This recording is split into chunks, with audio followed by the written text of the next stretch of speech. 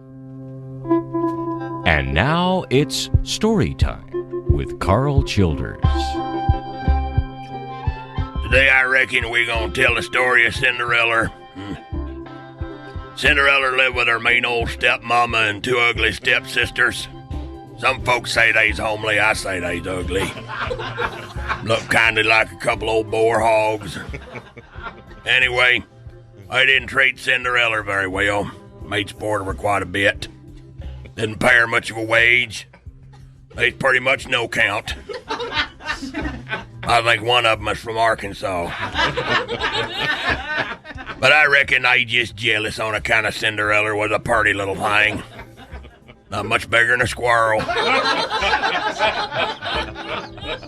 They made her live out in a shed, an old hole in the ground. Brunged her biscuits and mustard a couple times a week. Living high on the hog, eating potted meat and sody crackers while they made Cinderella tote the wash and fix the mower. Well, sir, there's a prince in town who kindly wanted him a girlfriend, I reckon. He decided to invite all the purty people up to the castle. Some people call it a mansion, I call it a castle. My mean old stepmama and her ugly youngins went on to the shindig and left little old Cinderella at home to work on that tiller with a busted fan belt. Well, afore you knowed it, Cinderella's fairy godmama showed up waving a magic stick. She gives Cinderella a pretty new dress and a pair of glass shoes. Some folks call them slippers, I call them shoes. Then she went out in the garden and turned a pumpkin and some rats into a big old fancy wagon and some horses. Told old Cinderella to go on to the party. Better be home by midnight. That fairy godmama didn't want to go along because she's stove up from all that ferrying. She's old and give out.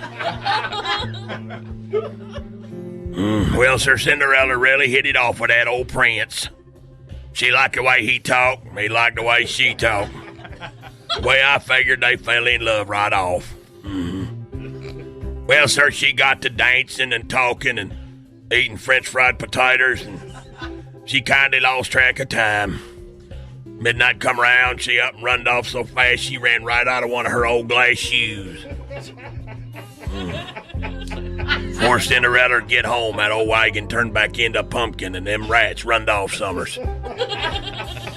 She had to walk home with one shoe. She had pretty good time, so I reckon she didn't mind too much. Next day, that old prince feller about had a fit looking for Cinderella. He toted that old glass shoe around for quite a spell, trying it on this girl and then another. Finally, he tried it on Cinderella. He's so happy he about bust.